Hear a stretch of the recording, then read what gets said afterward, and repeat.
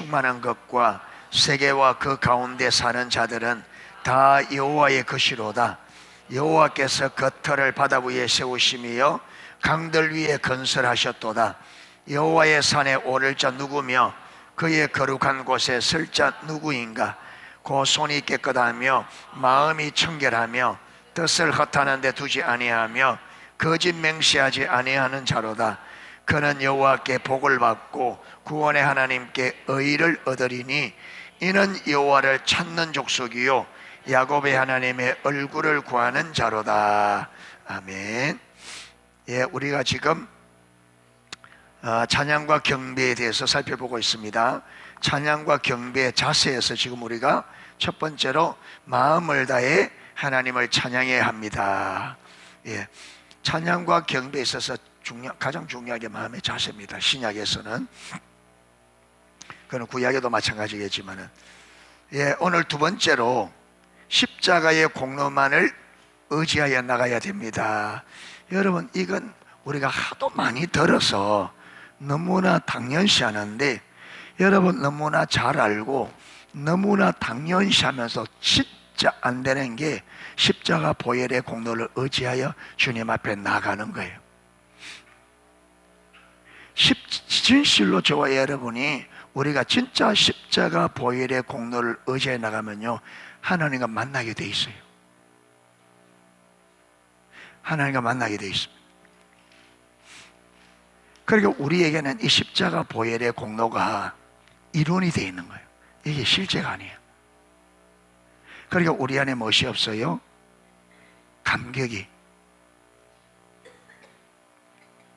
그래서 너무나 기본적이고 너무나 많이 아는데 너무나 안 되는 게 십자가 보혈의 공로를 의지하여 예배 자리에 나가는 거예요. 십자가 보혈의 공로를 의지하는 실제적이기 때문에 우리가 예배 자리에 앉으면 무엇이 있겠어요? 감격이 있어요. 감격. 전적 타락한 내가 여러분 하나님의 자녀가 되어 오늘도 만왕의 왕 천지 만물을 창조하신 창조자, 그렇잖아요. 천지 만물의 창조자, 그 전지전능하신 하나님과 오늘 우리가 그분 앞에 내가 설 수 있고 예배할 수 있고 만날 수 있다, 이 감격이 있거든.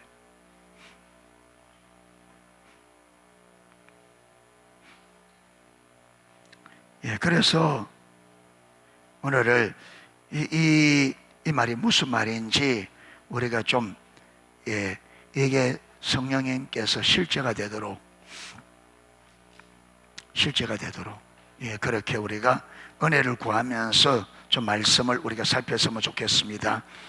자, 시편 24편 1절에 6절에 의하면 하나님을 예배하러 나가는 사람에게 요구되는 것은 무엇입니까? 이렇게 질문이 나왔어요.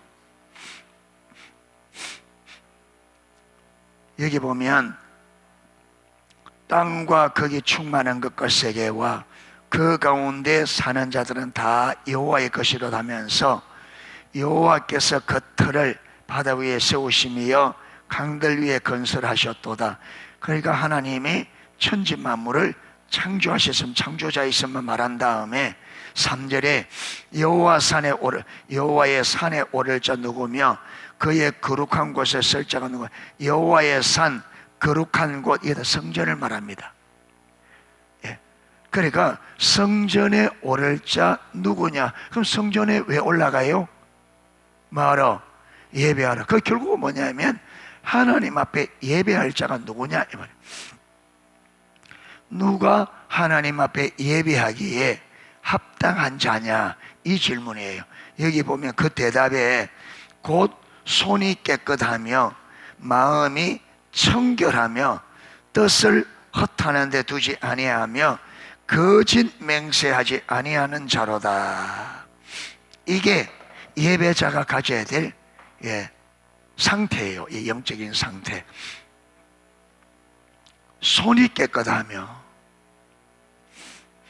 마음이 청결하며 뜻을 허탄한 데 두지 아니하며 거짓 맹세하지 아니하는 자로다. 여러분, 우리가 스스로 우리가 스스로 이런 마음을 가지고 주님 앞에 설 자가 누가 있어요? 우리 스스로 아무도 없어요. 그러니까 우리 스스로 자원 가지고는 예배 자리에 설 자가 있다 없다? 없다는 말이에요. 여러분, 우리가 스스로 우리 노력, 우리 힘, 우리 자원 가지고는요 이렇게 될 수가 없어요. 예배 자리에 쓸 수가 없어.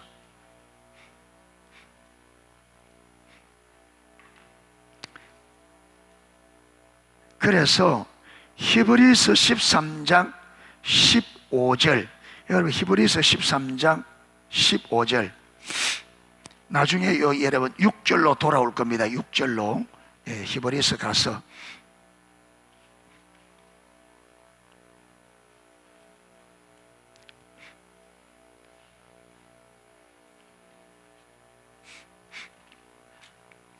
히브리서 13장 15절은 이렇습니다. 그러므로 우리는 예수로 말미암아 항상 찬송의 제사를 하나님께 드리자. 이는 그 이름을 정언하는 입술의 열매니라. 우리가 누구로 말미암아? 예수로 말미암아 항상 찬송의 제사를 하나님께 드리자. 우리가 항상 하나님께 찬송의 제사를 드리는데 누구로 말미암아? 예수로 말미암아. 이게 여러분, 이 예수로 말미암아 이게 뭐냐? 이 예수께서 십자가에 흘리신 보혈의 공로. 자, 요걸 좀 더 잘 설명하는 구절이 히브리서 10장 19절 20절이에요.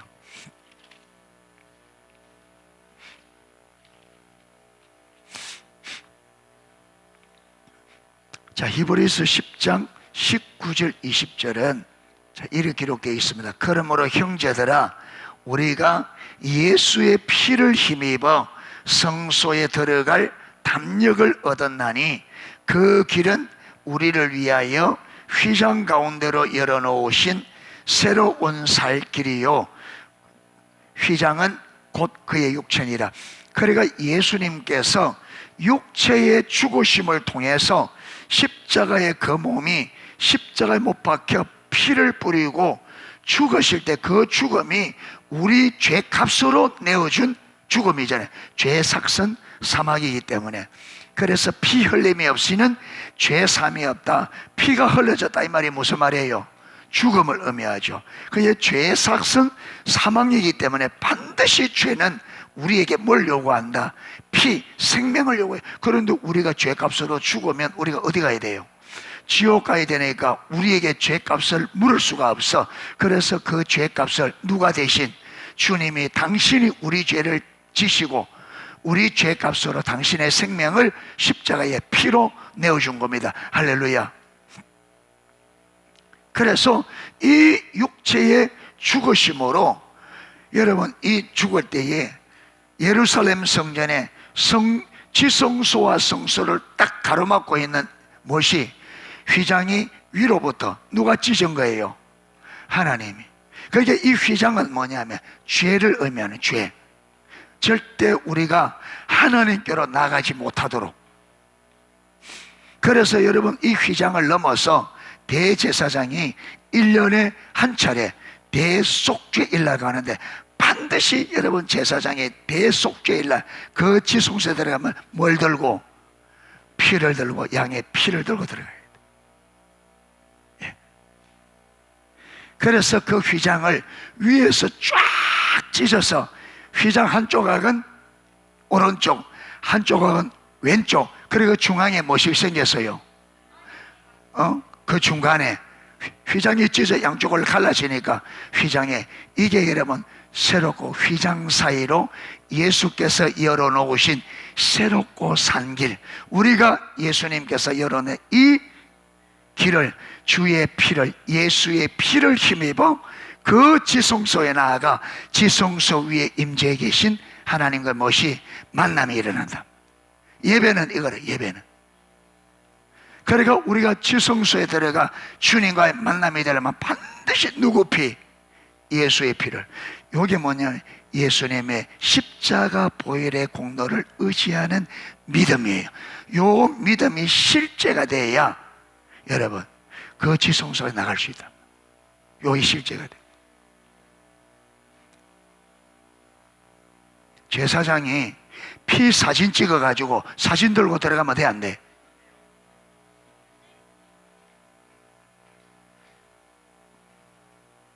들고 가면 돼, 안 돼요?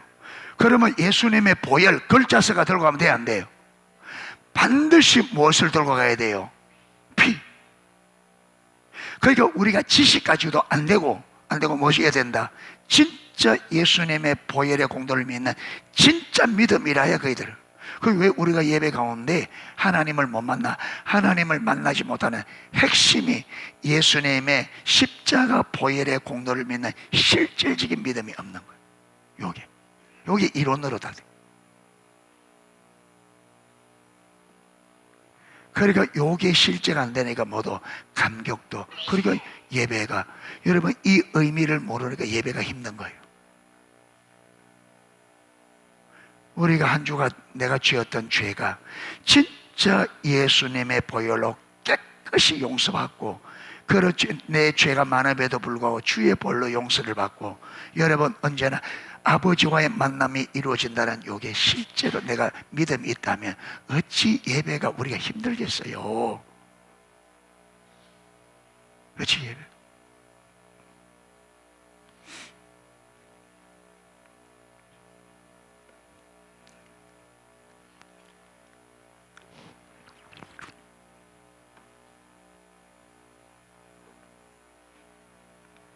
그래서 저와 이 가슴에, 여러분 내 안에 진짜 예수의 피를 믿는, 주님의 십자가 보혈의 공로를 믿는 실제적인 믿음이 우리 안에 있어야 돼요. 그게 되져야 무엇이 된다고요? 만남이 돼요. 그게 없으면 만남이 안 돼요.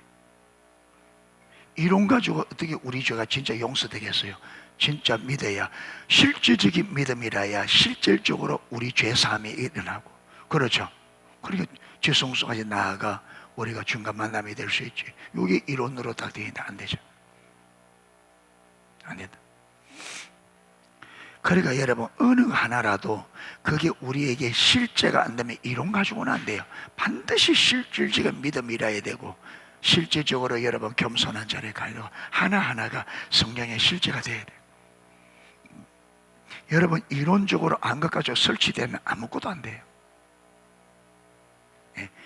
이론적으로 아는 것, 지식적으로 습관적인 것 가지고 이렇게 여러분 아무것도 안 돼요.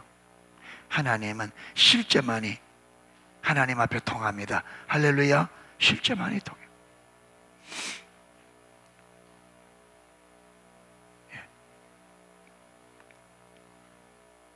구약에 여러분 제사 드리는데 양 그림 그려가지고 그 양 그림 가지고 양 찢어가지고 그러니까 뭐 제사 드린다고 되겠어요? 그게 말도 안 되는 말이잖아요. 예. 그런데 그게 글자로 써가지고 되겠어요? 그러니까 실질적인 양을 가져와야 되고 실제로 잡아서 실질적인 피가 흘러야 됩니다. 아멘. 그게 용서가 되지. 그게 우리 믿음이, 하나님에 대한 믿음이 실질적인 믿음이 되어야 되지. 이게 안 되면 안 된다. 안 된다. 예. 자, 이 설명을 좀 보겠습니다. 여기에 여호와의 산에 오른다는 말과 하나님의 거룩한 곳에 선다는 말은 하나님을 예배하기 위해 하나님의 전에 올라가는 것을 의미합니다.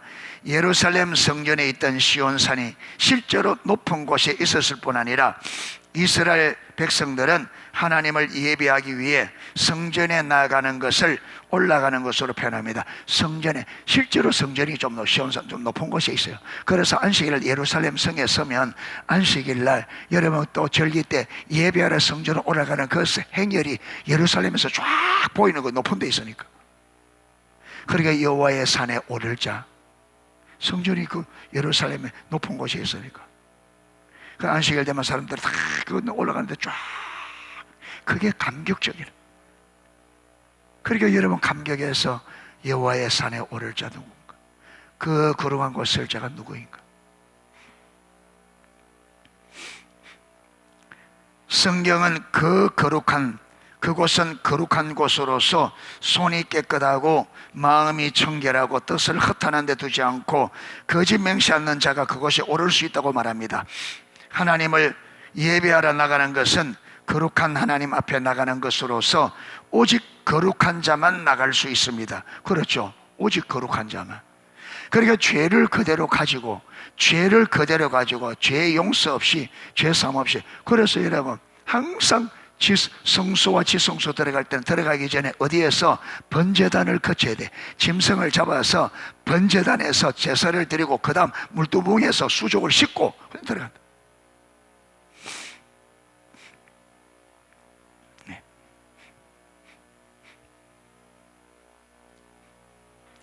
그 말은 바꿔 말하면 우리 자신의 의로는 아무도 하나님 보좌 앞에 나갈 수 없다는 것을, 여러분 이 피의 제사 없이는 어느 누구도 지성소로 나가는 것은 불가능하다. 대제사장조차도 여러분 이 피 뿌린 이 피의 제사가 없이는 안 된단 말이에요. 예, 반드시 피의 제사만이 말 수 있다. 우리 죄를. 그러니까 여러분 이것이 예수님을 장차 오실 이 땅의 인류의 죄를 대신할 제물로 오실 예수님을 예표하잖아요. 그래서 세례 요한이 예수님을 뭐라고 소개했습니까? 보라, 세상 죄를 지고 가는 하나님의 어린 양이로다. 그러니까 예수님의 이 보혈을 믿는 참된 믿음 없이는 죄 용서가 된다 안 된다? 안 돼요. 그러니까 예수님의 십자가 보혈의 공로를 믿지 않고는 예배 자리에 나갈 수 있다 없다? 안 된다. 그 자체가 안 된다. 예. 예배자의 자격 자체가 실격이 안 된다. 이게 예배 자체가. 예.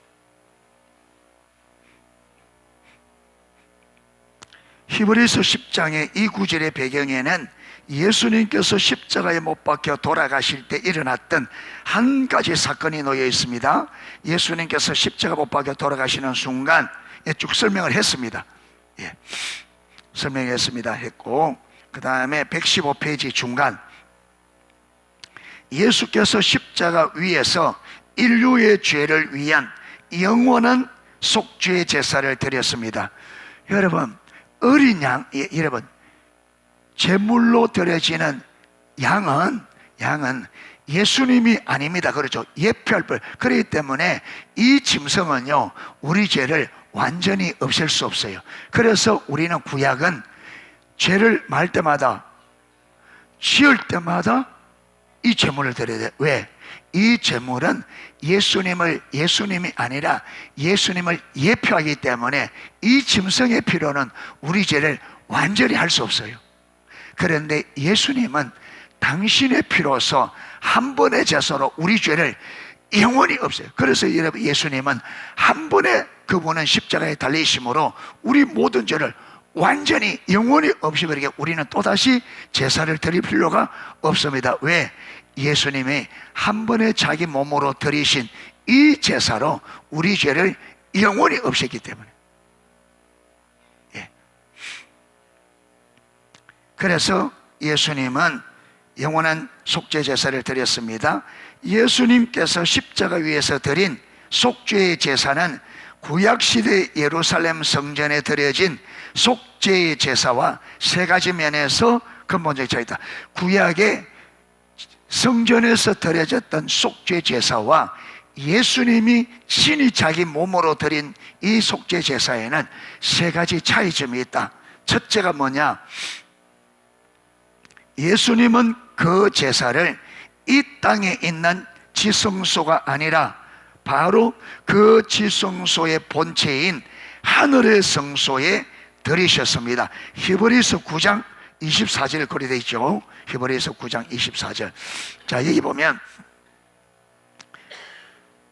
자, 23절부터 그러므로 하늘에 있는 것들의 모형은 이런 것들로서 정결하게 할 필요가 있었으나, 그러니까 여러분, 구약에 있던 그 성막과 모든 지성소 성소는 천국에 있는 뭐라고요? 모형. 예. 그래서 여러분 모형이기 때문에 이 땅에 있는 이 성전을 세워서 모든 성전과 모든 성전의 기구들은 다 피로 정결케 하는 여러분 정결 예식을 다 거쳤어요.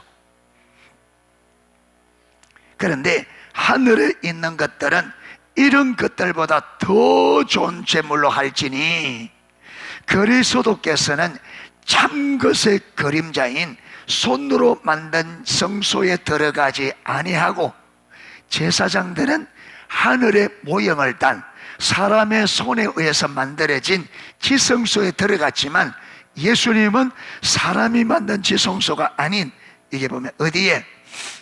바로 그 하늘에 들어가서 이제 우리를 위하여 하나님 앞에 나서, 그러니까 예수님은 사람이 만든 지성소가 아니라 하늘에 있는 본체인 그게 직접 따라가 거기서 당신의 피로 영원한 제사를 하나님 앞에서 죄 문제를 영원히 해결해 버리셨다. 할렐루야. 예.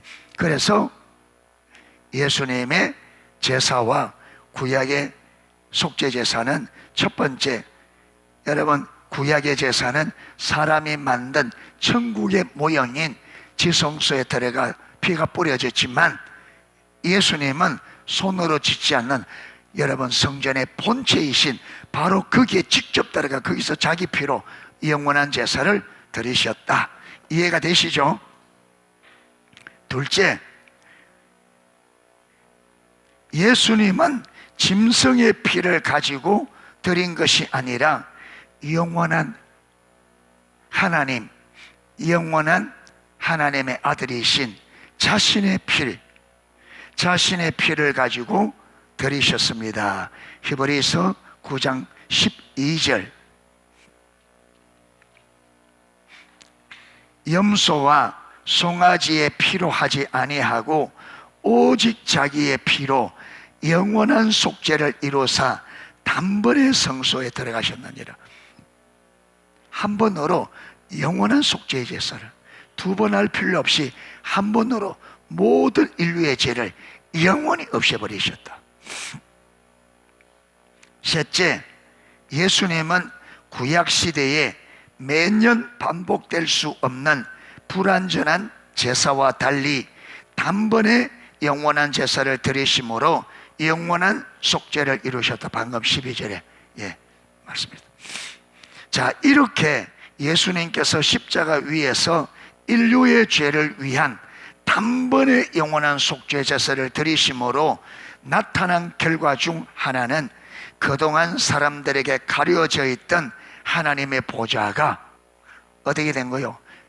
성소의 휘장이 갈라짐으로 이게 뭐라 그랬습니까? 아까 땅에 있는 이 성전은 하늘의 모형. 그게 이게 여러분 예수님은 죽으심으로 휘장이 갈라져, 이거는 모형된 게 아니고 이게 여러분 그 원형에서 이루어진 일을 보여주고요. 그게 하나님과 우리 사이에 영원히 막혀있던 죄의 문제가 완전히 해결되고 우리가 그 하늘의 본체, 하늘의 여러분 그 하나님 보좌 앞에 예수의 피를 직접 나갈 수 있는, 그러니까 지금은 성전이 필요 있다 없다? 없어요. 왜? 우리가 예수의 피로 어디에 직접 나갈 수 있어요?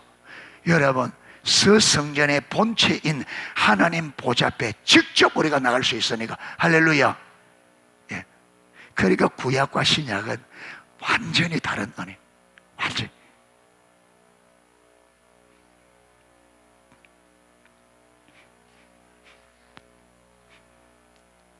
그것이 예수께서 십자가에 돌아가실 때 예루살렘 성전의 지성소를 가리고 있던 휘장이 반쪽으로 쫙 갈라진 사건을 통해 선명하게 보여졌습니다. 성전의 휘장이 갈라지고 그동안 가려졌던 지성소가 사람들에게 개방된 것은 예수님의 몸이 그 휘장처럼 십자가 위에서 갈라짐으로 예수의 갈라진 몸 사이로 참다운 성소인 하나님의 나라의 보좌가 사람들에게 개방된 것을 극적으로 시각적으로 보여주는 거예요. 예수님께서 십자가 위에서 자신을 드려, 즉 하나님의 보좌 앞으로 나아갈 수 있는 새롭고 산 길을 열어놓으셨기 때문에 우리는 그 길을 따라 담대하게 하나님의 성소에, 다시 말해서 하나님의 보좌 앞으로 나갈 수 있습니다. 그러므로 거룩한 하나님을 예배하기 위해 그분의 성소로 나아갈 때 우리는 오직 예수님의 십자가 공로를 의지하여, 이 의지한다는 말은 십자가 보혈의 공로를 만다 믿음으로, 실제로. 그래서 여러분, 우리가 믿음의 성격 할 때도 성격다. 믿음은 인격체의 하나님을 많은 거, 신뢰하는 것. 두 번째는 믿음은 하나님을 전적으로 신뢰하는 것. 세 번째는 하나님께 모든 것을 거는 것. 그게 믿음은 다른 말로 말하면 의지하는 것, 거는 겁니다. 아멘. 그래서 이게 십자가 보혈의 공로를 의지하여, 이 말은 십자가 보혈의 공로를 믿는 믿음으로, 이 말이죠.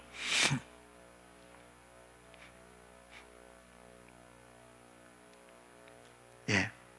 예수로 말미암아, 아까 13장 아까 15절 했죠. 예수로 말미암아. 이 예수로 말미암아 하나님께 항상 찬양의 제사를 드리라는 말이 바로 그 뜻입니다. 예수의 피를 힘입어, 예수의 피를 믿는 믿음으로, 십자가 보혈의 공로를 믿는 믿음으로, 이 말입니다. 자, 그래서 우리는 예배 자리로 나아갈 때, 여러분, 하나님 앞에 나갈, 그게 예배뿐 아니라 기도로 나아갈 때도, 예배로 나갈 때도 그게 하나님과 만남이 되어지려면 반드시 예수님의 십자가 보혈의 공로를 믿는, 여러분, 우리가 기도 자리에 앉을 수 있는, 내가 지금 주님 앞에 나와 기도할 수 있는 이것이 예수님이 십자가 보혈의 공로 때문에 주어진 은혜입니다. 아멘. 그냥 십자가 보혈의 공로를 믿는 실질적인 믿음이 없으면 주님 앞에 기도하는 그 자체가 불가능합니다. 예배 자리에서는 그 자체가 불가능해요.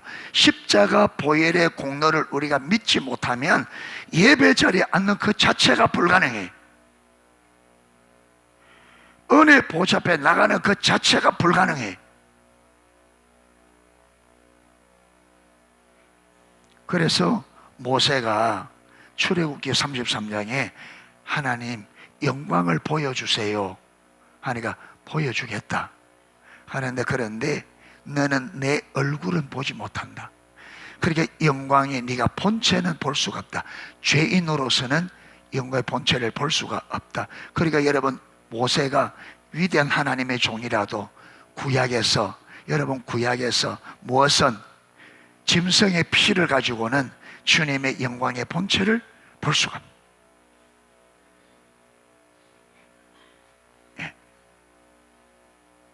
그래, 내가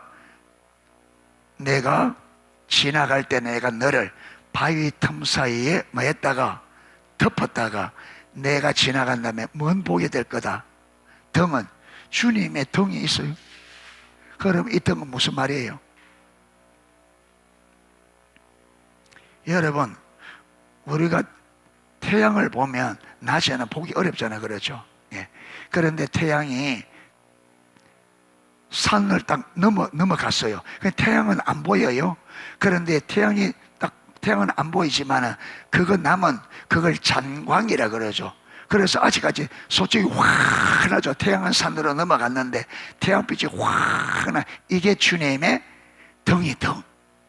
예, 그 영광의 본체는 볼 수가 없다. 그런데 뭔 본다? 장광. 본체는 볼 수 없지만 본체에서 간접적으로 나오는 무엇은 영광은 보게 되겠다. 그런데 여러분, 그 영광, 본체를 보지 못하고 등, 장광을 보는데 모세가 그 영광이 계시될 때에 그 앞에 엎드려졌습니다.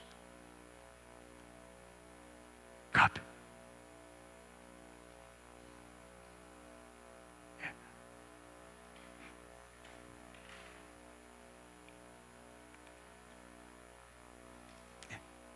그래서 우리가 주님과의 만남, 주님과의 영광을 보는 이것은 반드시 예수님의 십자가 보혈의 공로를 믿는 이 믿음이 확고하셔야 됩니다. 아멘. 언제나 이겼을 때마다 주님이, 여러분, 내가 주님의 십자가 보혈의 공로를 믿는 그 믿음 때문에 우리가 이 자리에 앉을 있음을 반드시 기억해야 됩니다. 하나님은 우리를 보지 않아요. 보세요. 이게 이스라엘이 출애굽하기 마지막 재앙이 뭐예요? 죽음의 큰 아들을, 짐승이나 사람이나 첫 태생을 다 죽이는 거잖아요. 그런데 하나님께서 그 죽음을 면할 수 있도록 1년 된 순양을 잡아서 피를 어디에? 문설주에. 이 피가 누굴 예표해요? 이 피가, 이 양이 그 예수. 그러니까 죽음의 천사가 가정마다 들어갈 때에 뭘 보고? 그 집안에 있는 사람이 죄가 얼마나 깨끗한 사람인지, 얼마나 착하게 했다, 그거 봐야 안 봐요? 뭐만 봐요?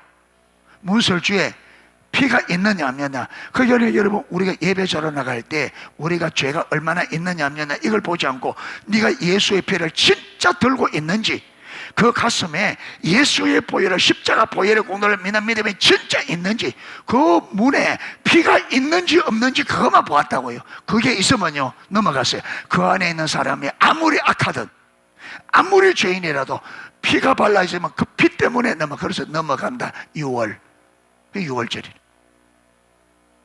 그리고 우리가 주님 앞 예배 자리에서 하나님께서 네가 얼마나 착한 사람이냐 안 사람 이게 아니고 무엇이 있느냐? 아들의 보혈의 피가 네 가슴에 있느냐, 네 마음에 내 아들의 피가 발라져 있느냐, 이걸 보. 그게 없으면요 죽어요. 그게 없으면 죽어요. 그러니까 여러분, 우리 안에 진짜 예수의 피가 없으면 죽는 거예요. 이 자리가.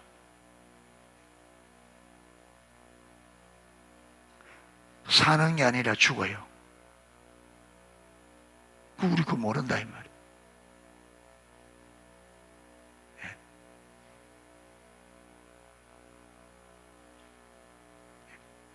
그러니까 십자가 보혈의 공로를 의지한다는 이 말이 얼마나 모든 것이, 이게 핵심입니다. 모든 것들이 어디서?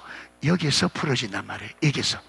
이게 있어야, 이 피가 있어야 모든 것들이 하나님 앞에 의미가 있습니다.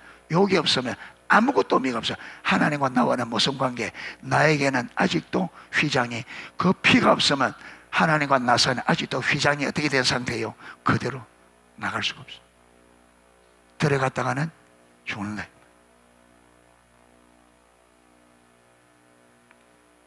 그런데 이게 오늘날 교회 안에서 완전히 교리로 남아있단 말이에요. 실제가 아니고 완전히 교리로. 완전히 교리.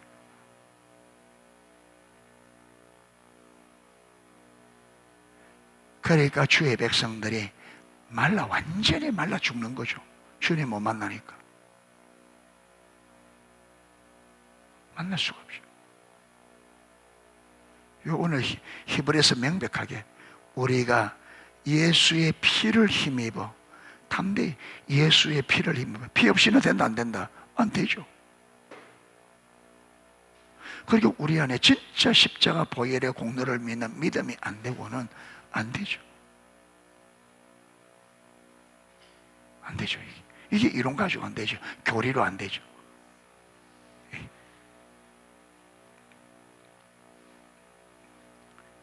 세 번째, 찬양과 경배의 자세. 첫 번째 뭐였습니까? 마음을 다해.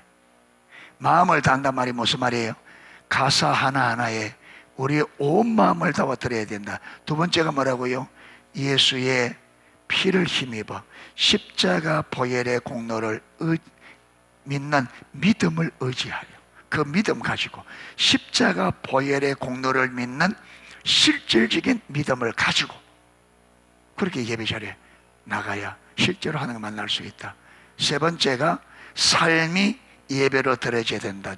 삶이 없는 예배를 입술뿐인 예배라고 구약은 말합니다. 삶이 없는 예배를 반드시. 그래서 우리는 앞에서 신앙의 본질과 삶과 예배가 이 세 가지가 같이 간다 그랬습니다. 신앙의 본질과 삶과 예배가 반드시 같이 간다. 여러분, 신앙의 본질이 회복되면 삶이 회복되게 돼 있고, 예배가 회복되고, 예배가 회복되면 본질이 회복되고, 삶이 회복되고, 삶이 회복되려고 하면 본질이 회복돼야 되고, 예배가 회복돼. 요게 분리되죠. 요게 분리되는 순간에 우리는 신앙이 타락한 거예요. 이게 분리되지 않습니다. 신앙의 본질과 삶과 예배는 반드시 같이 갑니다. 같이 가야 정상적인. 자, 무슨 말이냐? 우리가 살펴본 대로 신앙의 본질과 삶과 예배는 서로 분리되지 않습니다. 그래서 우리의 예배와 삶은 서로 분리될 수 없습니다. 우리의 신앙과 삶이 분리되는 순간 우리의 신앙은 타락한 것입니다. 마찬가지로 우리의 예배와 삶이 분리되는 순간 우리 예배는 타락한 입술뿐인 예배가 됩니다. 로마서 12장 1절 2절. 자, 로마서 12장 1절 2절 한번 펴보십시오.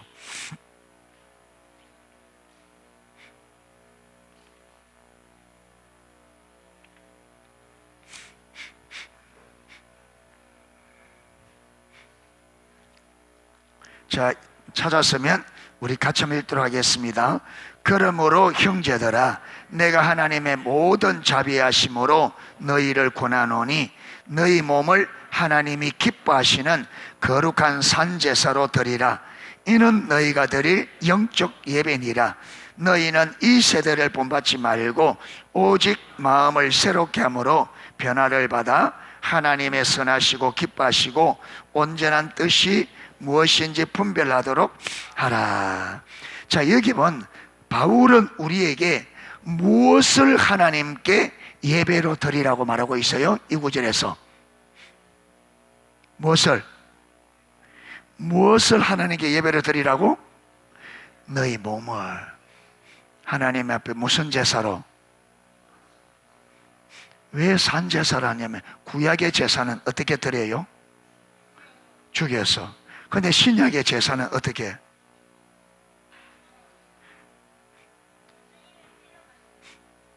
예.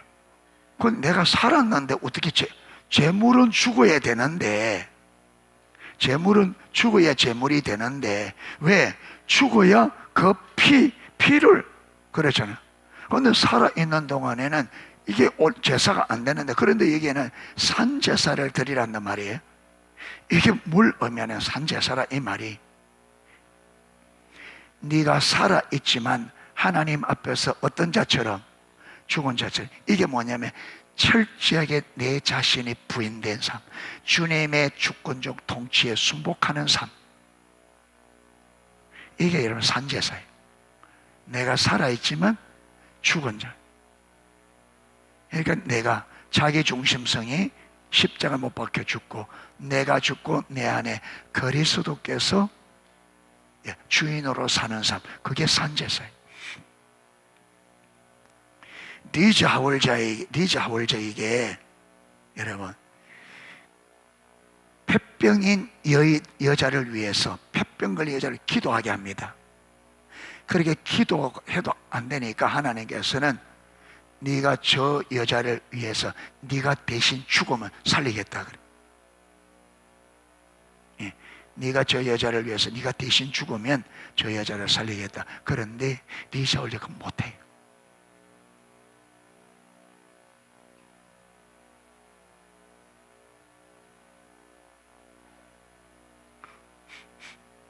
그런데 나중에 리즈 하월자가 실패하고 하나님께서 나는 너에게 다른 사람을 위해서, 여러분, 이웃을 위하여 목숨을 버리는 것은 큰 사랑이다 했는데 그걸 할 수 있는 특권을 주었는데 네가 놓쳤다 그래요. 그러면서 하는 말이 두 번째, 산제사로 살 것을, 네가 죽자고 살았지만 죽은 것처럼 산제물로 살아 그래요. 철저히 하나님의 뜻에 순복해서 네가 살아있지만 죽은 자처럼 하나님의 뜻에 온전히 순복하는 그 삶을 살라고 말씀하신.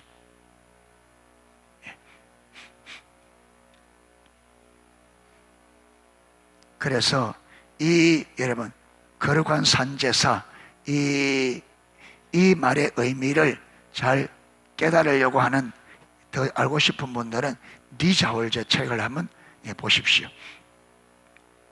사도 바울은 우리의 몸을 하나님께 제물로 예배로 드리라고 말합니다. 우리의 몸의 제물은 구약의 짐승을 죽여서 드리는 제사와 달리 산채로 드리는 것입니다. 여기에 몸은 단순히 우리 육체를 말하는 것이 아니라 우리의 전인, 우리의 전인격, 영과 혼과 육체, 전인격을 말한다. 성경은 하나님께서 우리 몸의 예배를 기뻐하실 뿐 아니라 그것은 하나님 앞에서 거룩한 것이고 또한 우리가 드려야 할 영적 예배라고 말합니다. 또한 사도 바울은 우리가 그렇게 하기를 하나님의 모든 자비하심을 의지하여 간절히 고민하고 있습니다. 이 하나하나의 표현들은 하나님께서 우리 몸의 예배를 얼마나 원하시는가를 잘 보여줄. 그냥 하나님께서는 우리 전 인격으로 드려지는 예배를 하나님은 너무너무 원하신다. 삶의 예배를. 자, 이 구절에 나오는 문맥 또한 이 구절을 보다 잘 이해하는 데 도움을 줍니다. 사도 바울의 모든 서신서는 두 부분으로 되어 있습니다. 사도 바울의 모든 서신 두 부분. 하나는 뭐냐면 앞부분은 주로 교리 부분이에요. 교리 부분. 그리고 뒷부분에는 실천적인 면을 이렇게 기록되어 있습니다. 그래서 로마서도 1장부터 11장까지는 중요한 교리들을 이야기한 다음에 12장에는 실천적인 부분을 이야기하는데, 실천적인 부분에서 가장 먼저 실천적인 부분을 딱 시작하면서 뭐부터 시작하냐? 너희 몸을 하나님 앞에 거룩한 산제사로 드리라, 이라면서 실천적인 부분을 지금 설명하고 있는 거예요. 먼저 교리적인 부분이 나오고 그것을 바탕으로 한 실천적인 부분이 나옵니다. 로마서의 경우에는 1장부터 11장까지가 교리적인 부분입니다. 그리고 12장부터 16장까지가 실천적인 부분입니다. 그런데 사도 바울은 바울 서신서의 꽃이라고 불리는 로마서에서 실천적인 부분을 시작하면서 가장 먼저 이 부분을 고민하고 있습니다. 무엇을? 산제사, 전인적으로 하나님 앞에 예배를 드리도록, 제사를 드리도록. 그 사실은 우리의 몸이 하나님께 거룩한 산제사로 드려져야 비로소 다른 모든 신앙생활이 가능하다는 것을 보여줍니다. 그러니까 우리의 몸이, 우리의 전인격이 하나님 앞에 산제사로 드려져야 다른 모든 것들도 하나님 앞에 올바로 되어진다. 지금 그렇게 설명합니다. 진정한 순종도, 진정한 거룩함도, 진정한 삶도 그때야 비로소 가능합니다. 그만큼 우리 몸의 예배는 중요합니다. 자, 에이젠 토저, 미국의 목사님이셨는데, 토저는 다음과 같이 말했습니다. 예배가 우리의 모든 것이 되어야 한다. 예배가 우리의 무엇이 되어야 된다? 모든 것. 예배가 우리의 모든 것이 되어야 된다. 이것은 무슨 말인가? 이것은 우리의 삶 전체가 하나님을 예배해야 한다는 말이다. 우리의 전 인격을 다 바쳐 예배하지 않으면 우리의 예배는 온전한 예배가 되지 못한다. 그러니까 여기 왔어도 우리가 예배할 때 어떻게 드려진다? 전 인격으로 예배되어져야지, 뭐만 가지고 입술로만 드려지는 찬양은 참된 예배가 아니라.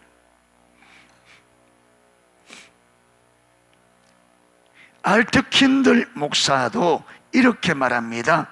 하나님께 대한 완전한 예배는 그분의 뜻을 행하는 것으로 이루어져 있다. 하나님께 대한 완전한 예배는 그분의 뜻을 행하는 것으로 이루어져 있다. 우리 예배의 깊이는 우리가 우리 손을 얼마나 높이 올리고 흥분했을 때 얼마나 높이 뛸 수 있는가에 의해 드러나지 않는다. 그러니까 우리의 예배는 예배당 안에서 드려지는 펄펄 뛰는 그 예배에 의해서 규정되지 않는다. 우리가 순종할 때, 우리가 일상의 삶 속에서 하나님 앞에 순종할 때 우리는 하나님을 완전하게 예배해야 한다. 예배한다. 그러니까 여러분, 삶의 예배는 뭐라는 거예요? 하나님 말씀에 순종하는.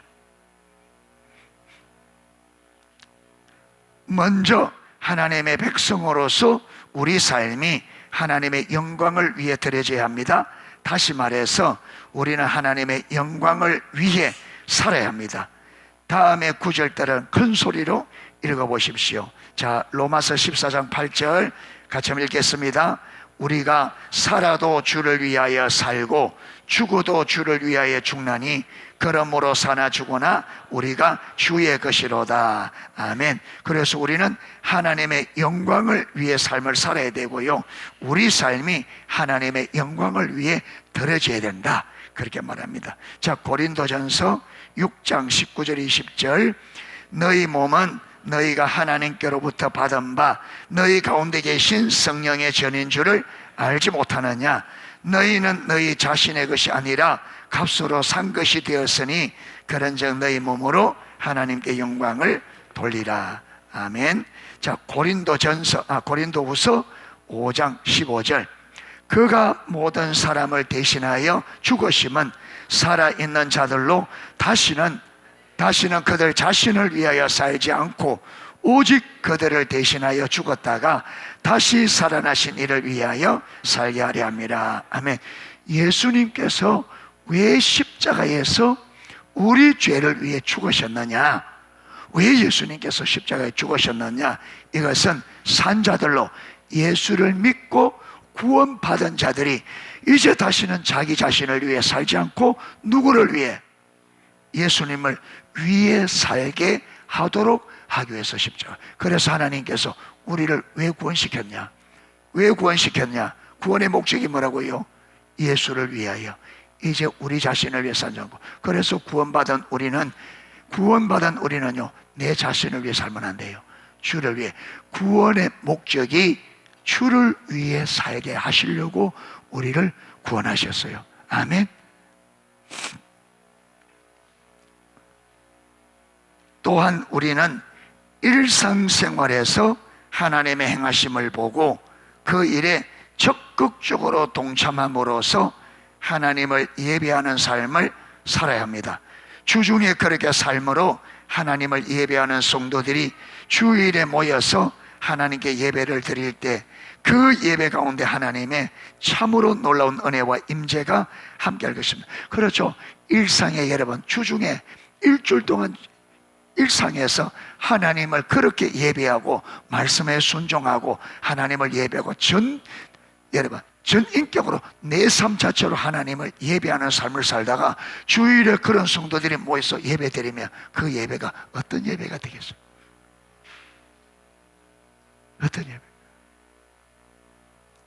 그런데 주중에는 여러분 전혀 예배하는 삶을 안 살다가 주일날 모여서 예배 드린다고 하나님께서 그 예배를 받으시겠냐? 받으시겠냐? 그게 올바른 예배가 될 수가 없죠. 예.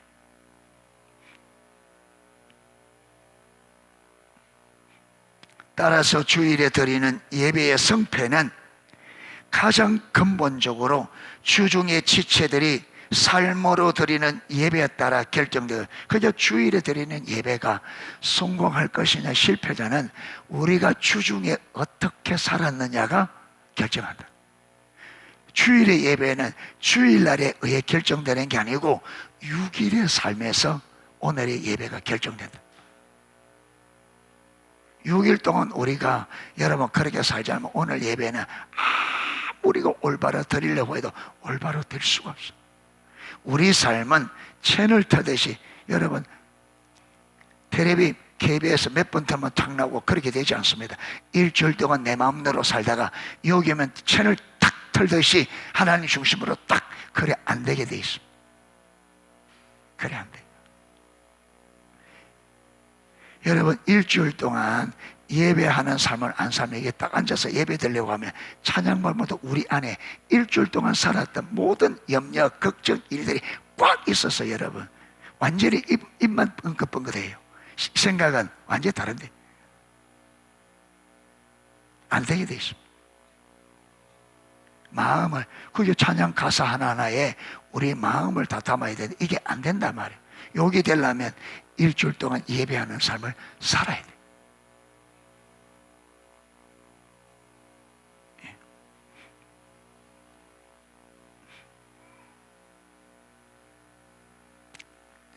그런데 안타깝게도 적지 않은 성도들은 우리의 예배를 주일에 교회 와서 1시간 남짓 드리는 단순한 의식으로 잘못 생각합니다. 그게 많은 사람들이 예배를 주일날 오전, 오후 그저 드리는 1시간 그걸 예배를 의식으로. 한 가지 더, 주중에 어떤 삶을 사느냐가 각자가 주일 예배를 통해 하나님을 어떻게 경험할 것인가를 결정할 것입니다. 우리 신앙생활이나 예배는 TV 채널을 바꾸는 것과 같지 않습니다. 어떤 성도들은 월요일 채널, 화요일 채널, 수요일 채널 등이 있는 줄로 생각합니다. 그래서 그들은 주중에 어떻게 살았든지 상관없이 주일에 교회 가면 마치 채널을 바꾸는 것처럼 우리의 보좌가 곧바로 그들에게 열리고, 하나님의 보좌가 곧바로 그들에게 열리고 하나님이 선명하게 인식될 줄로 생각합니다. 그러나 그것은 어리석은 생각. 그래 되죠.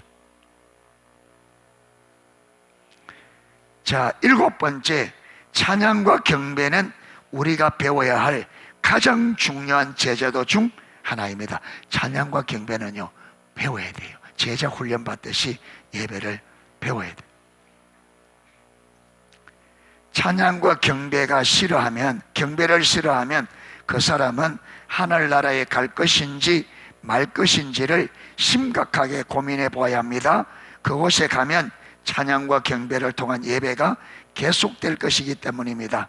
사실 우리의 신앙을 하나님과 친밀한 관계로 이해하면 찬양과 경배의 중요성과 소중함을 쉽게 이해할 수 있습니다. 우리 신앙을 하나님과 친밀한 사랑의 관계로 이해하면 이 찬양과 경배의 중요성이 얼마나 소중한지를 알게 되어진다. 기도, 전도, 큐티 등 우리가 하나님의 백성으로 배워야 할 것들이 많습니다. 그런데 그 중에도 우리가 가장 먼저 배울 제자도 중 하나는 바로 예배입니다. 우리 신앙의 요소들 중 가장 중요한 것이 하나님께 대한 우리의 예배이기 때문에 그렇습니다.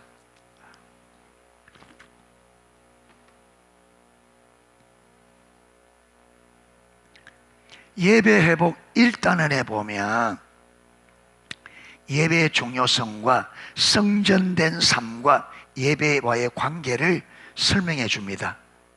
거기 보면 하나님은 이스라엘 백성들을 뭐 삼고 성전 삼고 이스라엘 백성들 중에 거하기를 원합니다. 왜 거하기를 원하느냐면 그 거하는 이유는 5가지를 하기 원합니다. 첫째는 하나님이 그들 가운데 임하셔서 그들 가운데 거하시고 운행하시고 그들을 만나주시고 그들을 인도하시기 위해. 그런데 요게 되어지려면, 여러분 성전된 삶이 요게 되어지려면 먼저 무엇이 되어지느냐면 먼저 예배가 그렇게 해보세요.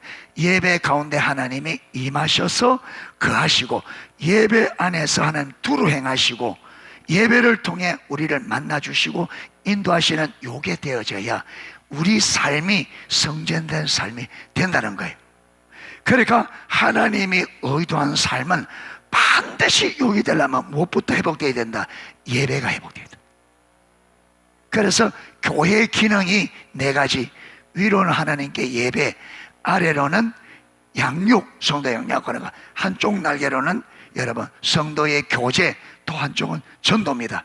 이걸 학자들이 교회의 4가지 기능, 예배, 양육, 여러분 성도와의 교제, 전도. 그런데 여기서 핵심이 뭐냐? 예배다.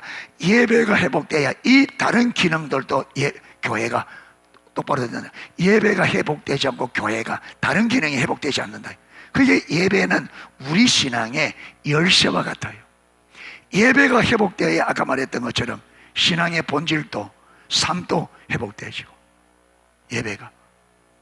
그러니까 예배 가운데서 반드시 하나님과의 만남이 되어지는 요게 되어져야 됩니다. 요게 반드시.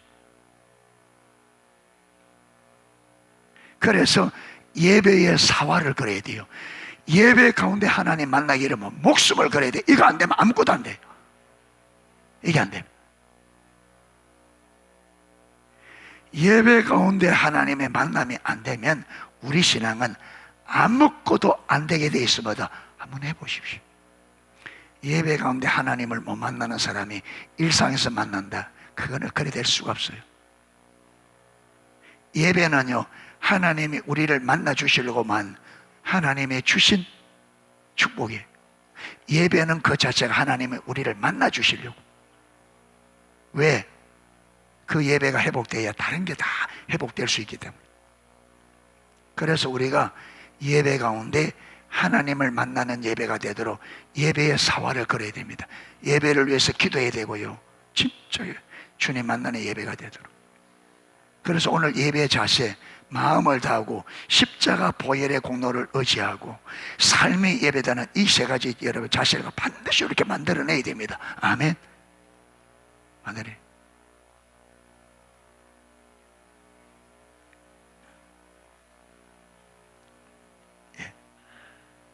예배가 우선적으로 배워야 할 제자도라는 말은 찬양곡을 가장 우선적으로 배워야 한다는 말이 아닙니다.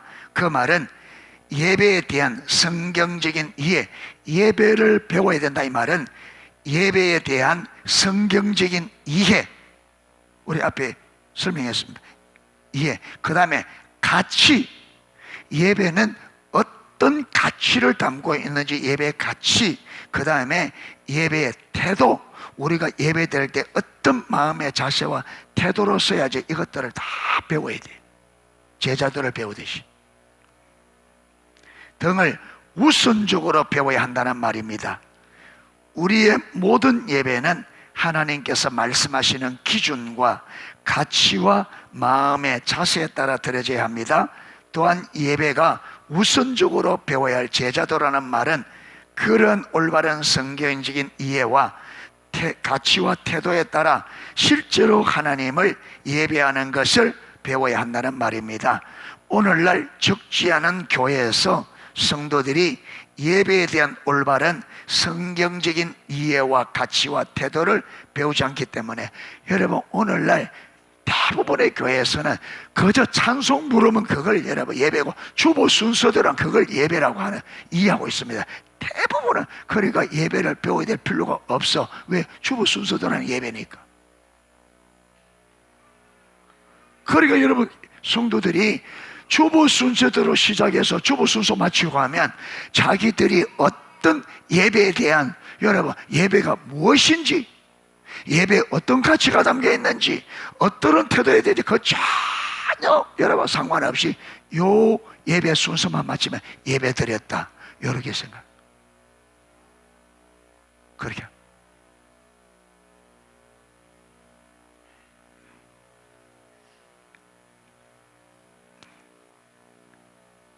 찬양과 경배를 드리면서도 전혀 하나님을 예배하지 않는 경우가 많습니다.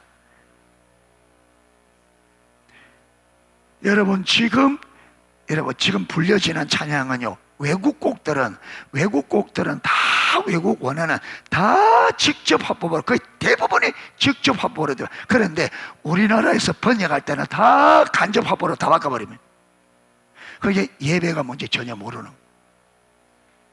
원곡은 다 직접 합법으로, 거기 보면 여러분 유 다 이래 돼 있어 가사가 보면. 그런데 우리나라로 딱 할 때는 우리나라에서는 이걸 다 간접 합법으로 그가 이렇게 그를, 무슨 말이냐면 곡을 여러분 이 찬양 경배를 다루는 전문가들도 예배가 뭔지를 이해하지 못하는 거예요. 그들도.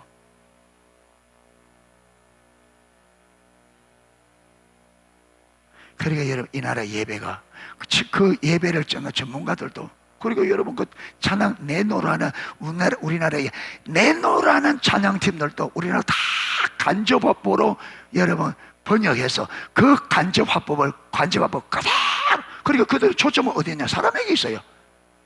하나님 없어. 하나님은 여러분 사람 앞에서 방방 뛰고 하는 그걸 예배라고.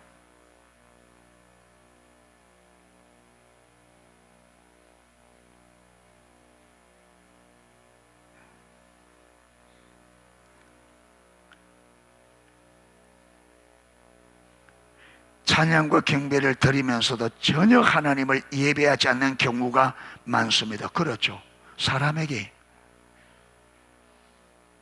그런데 그들에게 물으면 누구에게 예배합니까? 물으면 누구인데 예배한다겠죠? 다. 그런데 실질적으로는요, 사람에게 예배. 그런데 아까 그랬죠. 분별이 가려지면 여기 안 보인다고. 이게 안 보여. 자기들은 생각은 어디에 있으니까 하나님께 예배한다고 생각하니까 여러분 실제는 그래서인데 하나님께 예배한다고 생각하는 거죠. 실제는 아닌데.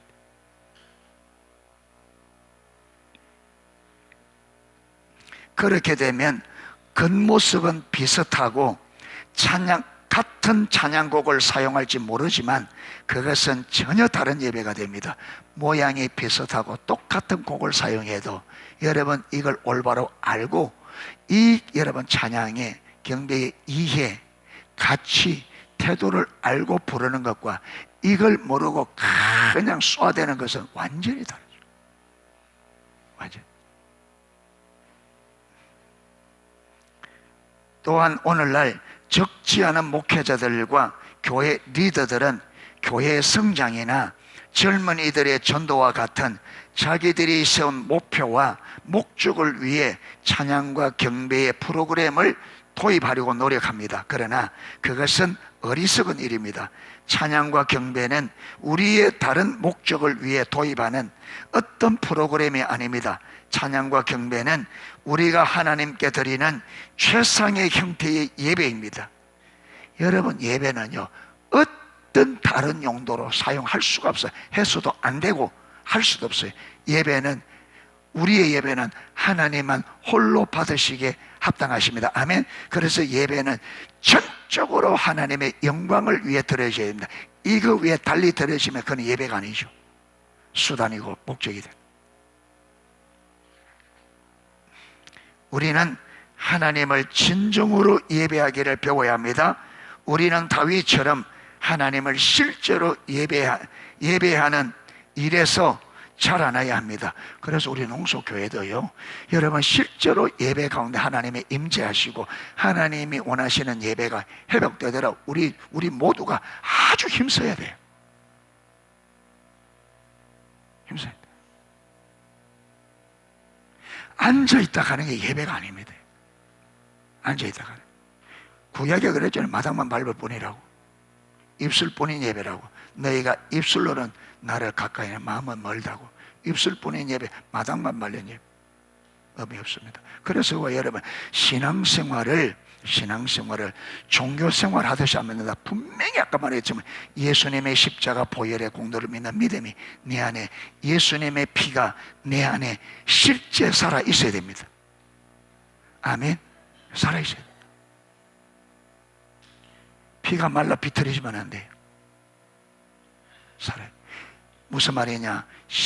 십자가 보혈의 공로를 믿는 믿음이 내 안에 실제 믿음으로 살아 있어야 된다. 살아 있다 이 말은 늘 이것 때문에 감격이 있어야 되고 감사가 있어야 돼. 십자가의 여러분 그 은혜를 생각할 때 내 안에 감동이 있어야 되고 감격이 있어야 돼. 이래서 우리 예배가 실제로 살아나고 회복될 수 있도록 우리 모두가 힘을 쓰고 은혜를 구하는 저와 여러분 될 수 있기를 주님의 이름으로 축복합니다. 예, 찬양 하나 하고 기도하도록 하겠습니다.